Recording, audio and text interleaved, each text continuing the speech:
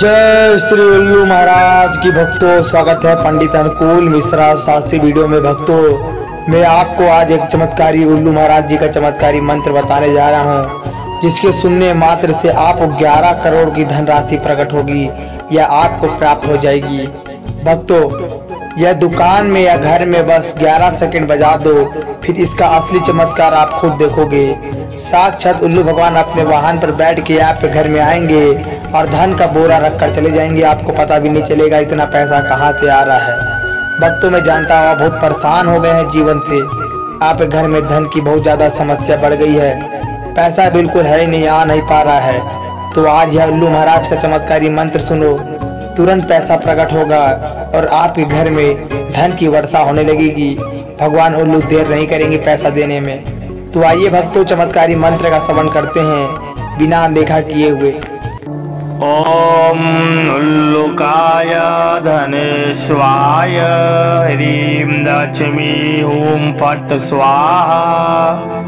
ओम उल्लुकाय धनेश्वाय ह्रीं लक्ष्मी हूं फट् स्वाहा। ओम उल्लुकाय धनेश्वाय ह्रीं लक्ष्मी हूं फट् स्वाहा। ओम उल्लुकाय धनेश्वाय ह्रीं लक्ष्मी हूं फट् स्वाहा। ओम उल्लुकाय धनेश्वाय ह्रीं लक्ष्मी हूं फट् स्वाहा। ओम उल्लुकाय धनेश्वाय ह्रीं लक्ष्मी हूं फट् स्वाहा। ओम उल्लुकाय धनेश्वाय ह्रीं लक्ष्मी हूं फट् स्वाहा। ओम उल्लुकाय धनेश्वाय ह्रीं लक्ष्मी हूं फट् स्वाहा। ओम उल्लुकाय धनेश्वाय ह्रीं लक्ष्मी हूं फट् स्वाहा। ओम उल्लुकाय धनेश्वाय ह्रीं लक्ष्मी हूं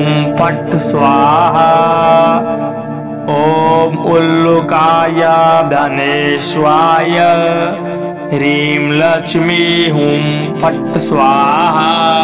ओम उल्लुकाय धनेश्वाय ह्रीं लक्ष्मी हूं फट् स्वाहा।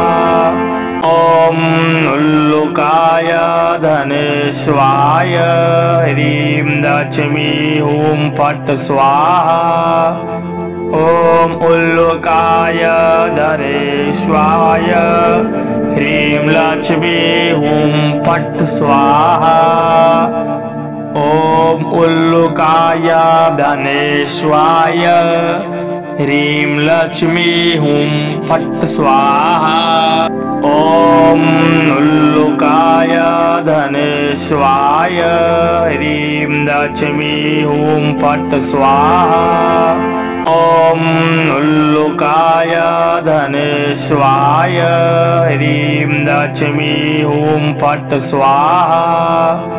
ओम उल्लुकाय धनेश्वाय ह्रीं लक्ष्मी हूं फट् स्वाहा। ओम उल्लुकाय धनेश्वाय ह्रीं लक्ष्मी हूं फट् स्वाहा। ओम उल्लुकाय धनेश्वाय ह्रीं लक्ष्मी हूं फट् स्वाहा। ओम उल्लुकाय धनेश्वाय ह्रीं लक्ष्मी हूं फट् स्वाहा। ओम उल्लुकाय धनेश्वाय ह्रीं लक्ष्मी हूं फट् स्वाहा। ओम उल्लुकाय धनेश्वाय ह्रीं लक्ष्मी हूं फट् स्वाहा। ओम उल्लुकाय धनेश्वाय ह्रीं लक्ष्मी हूं फट् स्वाहा। ओम उल्लुकाय धनेश्वाय ह्रीं लक्ष्मी हूं फट् स्वाहा। ॐ उल्लुकाय धनेश्वाय ह्रीं लक्ष्मी हुं फट् स्वाहा। ॐ उल्लुकाय धनेश्वाय ह्रीं लक्ष्मी हुं फट् स्वाहा। ॐ उल्लुकाय धनेश्वाय ह्रीं लक्ष्मी हुं फट् स्वाहा। ॐ उल्लुकाय धनेश्वाय ह्रीं लक्ष्मी हुं फट् स्वाहा। ॐ उल्लुकाय धनेश्वाय ह्रीं लक्ष्मी हुं फट् स्वाहा। ॐ उल्लुकाय धनेश्वाय ह्रीं लक्ष्मी हुं फट् स्वाहा।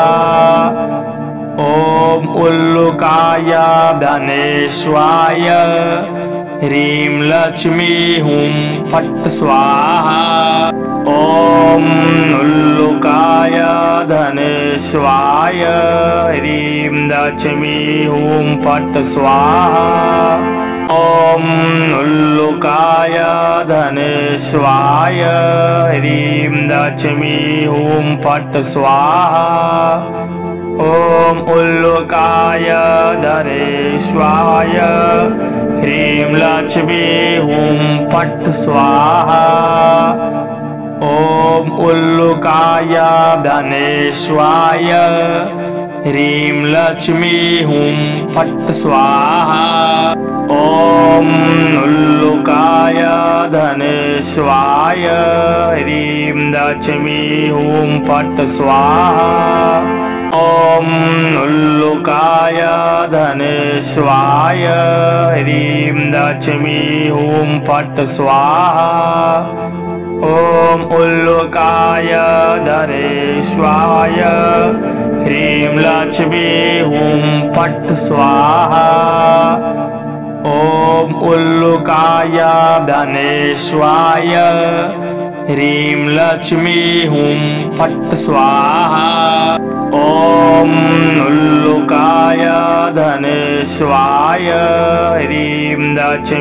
हुं फट् स्वाहा।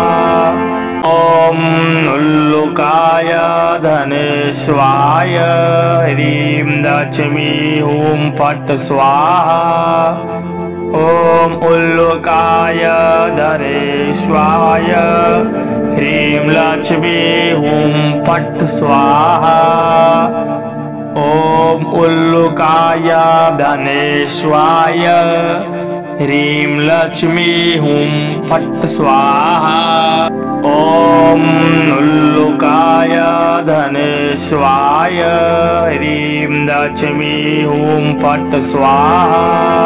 ॐ उल्लुकाय धनेश्वाय ह्रीं लक्ष्मी हुं फट् स्वाहा। ॐ उल्लुकाय धनेश्वाय ह्रीं लक्ष्मी हुं फट् स्वाहा। ॐ उल्लुकाय धनेश्वाय ह्रीं लक्ष्मी हुं फट् स्वाहा। ॐ उल्लुकाय धनेश्वाय ह्रीं लक्ष्मी हुं फट् स्वाहा। ॐ उल्लुकाय धनेश्वाय ह्रीं लक्ष्मी हुं फट् स्वाहा। ॐ उल्लुकाय धनेश्वाय ह्रीं लक्ष्मी हुं फट् स्वाहा। ॐ उल्लुकाय धनेश्वाय ह्रीं लक्ष्मी हुं फट् स्वाहा। ॐ उल्लुकाय धनेश्वाय ह्रीं लक्ष्मी हुं फट् स्वाहा। ॐ उल्लुकाय धनेश्वाय ह्रीं लक्ष्मी हुं फट् स्वाहा। ॐ उल्लुकाय धनेश्वाय ह्रीं लक्ष्मी हुं फट् स्वाहा। ॐ उल्लुकाय धनेश्वाय ह्रीं लक्ष्मी हुं फट् स्वाहा। ओम उल्लुकाय धनेश्वाय ह्रीं लक्ष्मी हुं फट् स्वाहा। ओम उल्लुकाय धनेश्वाय ह्रीं लक्ष्मी हुं फट् स्वाहा। अगर वीडियो अच्छी लगी तो वीडियो को लाइक, कमेंट, शेयर, सब्सक्राइब जरूर कर ले और बेल आइकन दबा दे और हमारे चैनल को सपोर्ट करें।